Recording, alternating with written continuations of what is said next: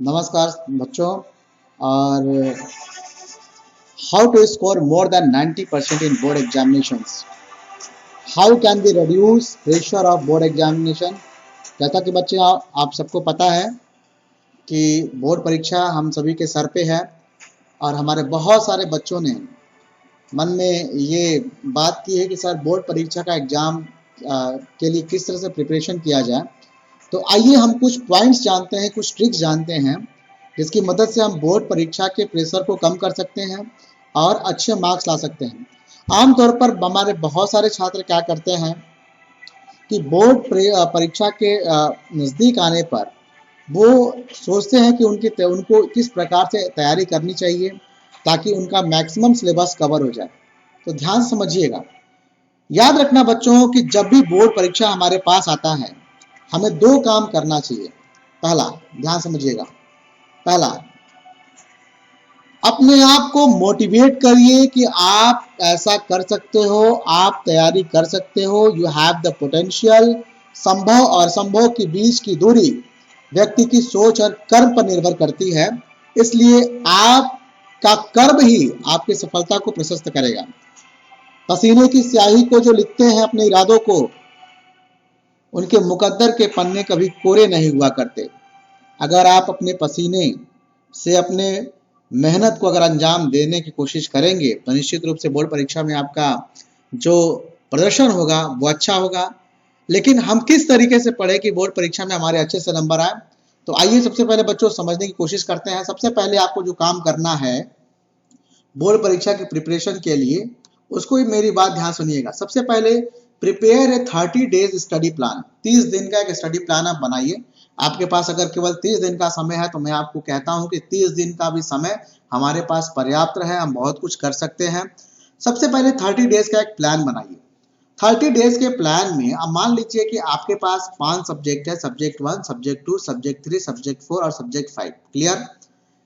याद रखना है कि आमतौर पर 10th बोर्ड के लिए अगर हम बात करते हैं तो 10th बोर्ड के लिए मान के चलिए कि अगर हम एक सब्जेक्ट को थ्रोली रिवाइज करना चाहते हैं तो मुश्किल से हमें 7 से 8 घंटे का समय लगेगा। याद रखना, अगर आप सुबह बैठते हो और आफ्टर 7 to 8 आवर्स अगर आप चाहो तो पूरे सिलेबस को आप रिवीजन कर सकते हो। लेकिन अब इसमें मैं ये नहीं कह रहा हूं कि आप एक एक क्वेश्चन को रिवीजन करना है, नहीं। पहली बात आप जानिएगा कि 30 डेज का जब स्टडी प्लान आप बनाते हो तो आप 30 डेज के प्लान में बनाते क्यों बना रहे हो? आपको जो टारगेट करना है वो आपका बोर्ड एग्जामिनेशन है और हमें वही पढ़ना है। याद रखना, हमें वही पढ़ना है जो रिलेवेंट टू बोर्ड हो, जो हमारे बोर्ड परीक्षा में जिसके आने की संभावना ज्यादा होगा। हमें वो बिल्कुल भी नहीं पढ़ना है जो हमारे बोर्ड के लिए इंपॉर्टेंट नहीं लग रहा है। ठीक, तो ये काम करना है। सबसे बड़ी चीज, पहली चीज है कि हमें सब्जेक्ट को कैटेगराइज करना है, कौन से सब्जेक्ट्स हमारे इंपॉर्टेंट है, जैसे केमिस्ट्री है, फिजिक्स है, मैथ्स है, बायो है, इनको हम प्रेफरेंस लेवल पे ऊपर रखते हैं। इसके बाद से इंग्लिश, आपका हिंदी आता है। पढ़ना सारे सब्जेक्ट्स है लेकिन ऐसे करना है। तो मान लीजिए कि अगर 30 डेज का प्लान भी हम बनाते हैं और एक दिन में अगर एक सब्जेक्ट या जो लंबे सब्जेक्ट है अगर उसको रिवीजन के लिए 2 दिन का भी अगर हम टाइम लेते हैं तो आप मान के चलिए कि जैसे मान लीजिए आपके पास मैथ है, मैथ के रिवीजन के लिए हमने 2 दिन का समय लिया, केमिस्ट्री हमने 1 दिन में कर दिया, फिजिक्स हमने 1 दिन में कर दिया, ठीक है। उसके बाद से बायो हमने 1 दिन में कर दिया। मान लीजिए हिंदी हमें पढ़ना है, हिंदी के लिए हम चलिए 2 दिन का टाइम ले लेते हैं। इंग्लिश हमने 2 दिन का टाइम ले लेते हैं। हिंदी और इंग्लिश के लिए हमने 2-3 दिन का टाइम इसलिए लिया है क्योंकि बहुत सारे बच्चे जो है इसकी तैयारी पहले से नहीं करते हैं, बोर्ड परीक्षा में करते हैं और बाकी सब्जेक्ट्स वो पहले से भी पढ़ते आ रहे होते हैं, तो बहुत सारा टॉपिक इनका तैयार होता है। तो मान के चलो कि कितना दिन का हमें समय लगा, 2 1 3 1 4 1 5 2 7 2 9 दिन का टाइम लगा। ठीक है, यानी कि 9 दिन में हम एक बार में पूरा ये सब्जेक्ट हम रिवाइज कर लेंगे। तो 30 डेज में से अगर हम 9 डेज अपना माइनस कर देंगे, देखिएगा बच्चों 30 डेज में अगर हम अपना 9 डेज माइनस कर देते हैं तो हमारे बचा 21 डेज। क्लियर? 21 डेज में अगर पहला कंप्लीट रिवीजन हमारा 9 दिन में हुआ है तो याद रखना सेकेंड रिवीजन में हमें इसका आधा समय लगना चाहिए। यानी कितना समय लगना चाहिए? 4.5 घंटा, 4.5 दिन का समय हम लगाएंगे इसके सेकेंड रिवीजन में। थर्ड रिवीजन में आप 3 दिन का समय लगाओ, फोर्थ रिवीजन में आप 3 दिन का समय लगाओ, ठीक है, फिफ्थ रिवीजन में आप 3 दिन का समय लगाओ। कितना टाइम हो गया? 9, इसको 5 मान लेते हैं, 9 5 14, 3 17, 3 20, 3 23। छठवां रिवीजन में भी आप 3 दिन का समय लगाओ, ठीक है। सातवां रिवीजन में भी 3 दिन का समय लगाओ। आप कितनी बार रिवीजन कर पाओगे? लेकिन बशर्ते कि आपके मन में ये विल डिटर्मिनेशन हो कि हमें इसका रिवीजन जो है, जो हमने शेड्यूल बनाया है कि मैथ्स 2 दिन में कंप्लीट रिवीजन करना, हम सवेरे बैठेंगे, चाय पीकर बैठेंगे और तब तक नहीं उठेंगे जब तक हमारा एक बार कंप्लीट रिवीजन ना हो जाए। अगर मन में यह डिटर्मिनेशन है तो मैं विश्वास करता हूं कि 30 दिन का समय आप 90% नंबर जो है आसानी से सिक्योर कर लोगे। मेरी बात ये सुन लो ध्यान से, 30 दिन में आप 90% नंबर सिक्योर कर लोगे और आप कम से कम 5 से 6 बार पूरे सिलेबस को रिवाइज कर लोगे। अब सवाल ये आता है कि बोर्ड परीक्षा में जब हम काम करते हैं तो किस तरीके से हमारा माइंडसेट क्या होना चाहिए? तो माइंडसेट होना चाहिए कि स्टडी इन प्रेफरेंस लेवल, हमें क्या पढ़ना है, क्या नहीं पढ़ना है, ये बिल्कुल क्लियर होना चाहिए, ठीक है। यानी कि सबसे पहले हम क्या करेंगे, क्वेश्चन को कैटेगराइज करेंगे। सबसे पहले हमें क्या पढ़ना है? मोस्ट इंपोर्टेंट पढ़ना है। क्या पढ़ना है? Most important. उसके बाद क्वेश्चन को सेकंड कैटेगरी में आप बांटेंगे, वेरी इंपोर्टेंट, फिर इंपोर्टेंट, फिर अदर्स। अब सवाल ये आता है कि how can be categorize into most important segment, very important, important और अदर्स। तो याद रखना, मान लीजिए कि हमने कोई एक क्वेश्चन बैंक लिया, क्लियर। क्वेश्चन बैंक में देखो हर चैप्टर में जो क्वेश्चन मैंने कहा कि ये 4 बार 4 साल परीक्षा में पूछा गया है, उसको हमने क्या दिया, ये मोस्ट इंपोर्टेंट है। जो 3 साल पूछा गया उसको हमने कहा दिया ये वेरी इंपॉर्टेंट है। जो 2 साल पूछा गया इसको हमने कहा दिया इंपॉर्टेंट है, और जो 1 साल पूछा गया उसको हमने कहा कि अदर्स में आएगा।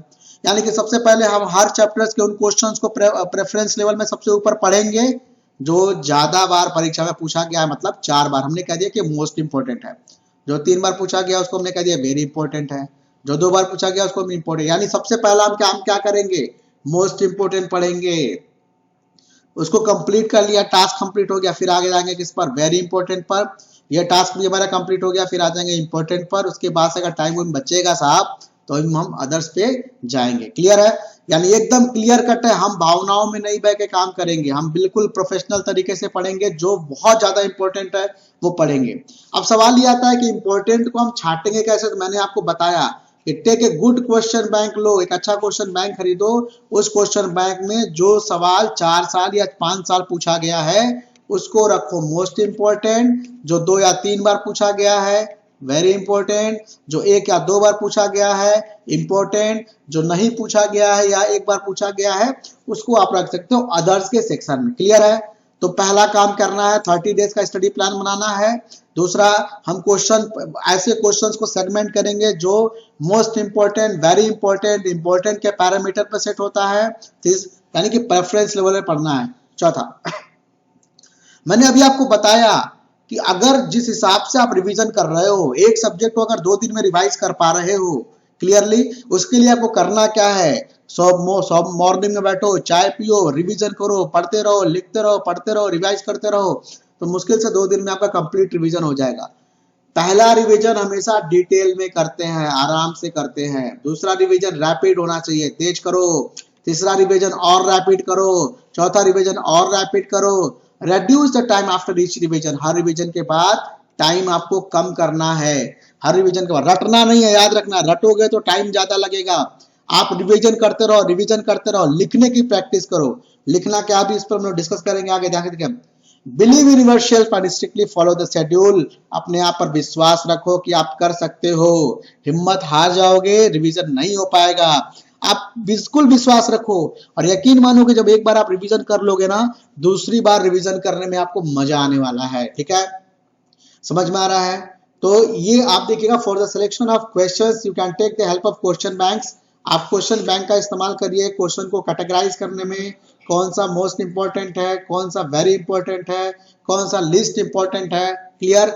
आगे देखिए, give extra time to tough subjects, tough subject को एक्स्ट्रा टाइम दो। केमिस्ट्री के लिए, मैथ्स के लिए, फिजिक्स के लिए, जो आपको लगता है कठिन टाइम है, कठिन सब्जेक्ट्स है, समझ में नहीं आता है, ज्यादा समय देना है, उसको आप एक्स्ट्रा टाइम दो। अब एक बात और समझो ध्यान से, केमिस्ट्री जो है इसके इसके जितने भी इंपॉर्टेंट रिएक्शंस है उसको एक पेपर पे नोट कर लो, सामने टांग दो, देखते रहो, मॉर्निंग नोट करके इसको रट जाओ। फिजिक्स में जो इंपॉर्टेंट फॉर्मूले है, इंपॉर्टेंट डेरिवेशन है, उसको पेपर में नोट कर लो, यानी कि उसका एक चार्ट फ्लो बना लो, चार्ट फ्लो बना लो, क्योंकि चार्ट फ्लो से पढ़ना आसान होता है।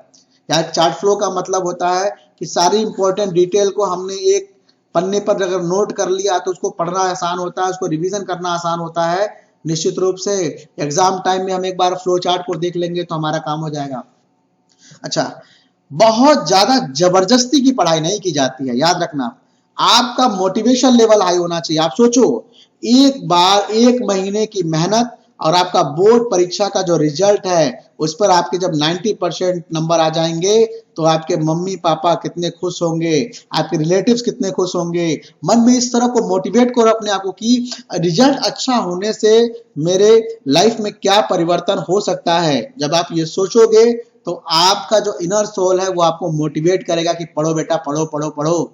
ठीक है, तो पढ़िए, लेकिन बीच बीच में इंटरवल्स बहुत जरूरी है, वरना आप पढ़ोगे तो जरूर, लेकिन आपको कुछ लगेगा कि कुछ आ नहीं रहा है, कुछ समझ में नहीं आ रहा है। ठीक है, तो इसलिए पढ़ाई के दौरान इंटरवल्स लेना बहुत जरूरी है।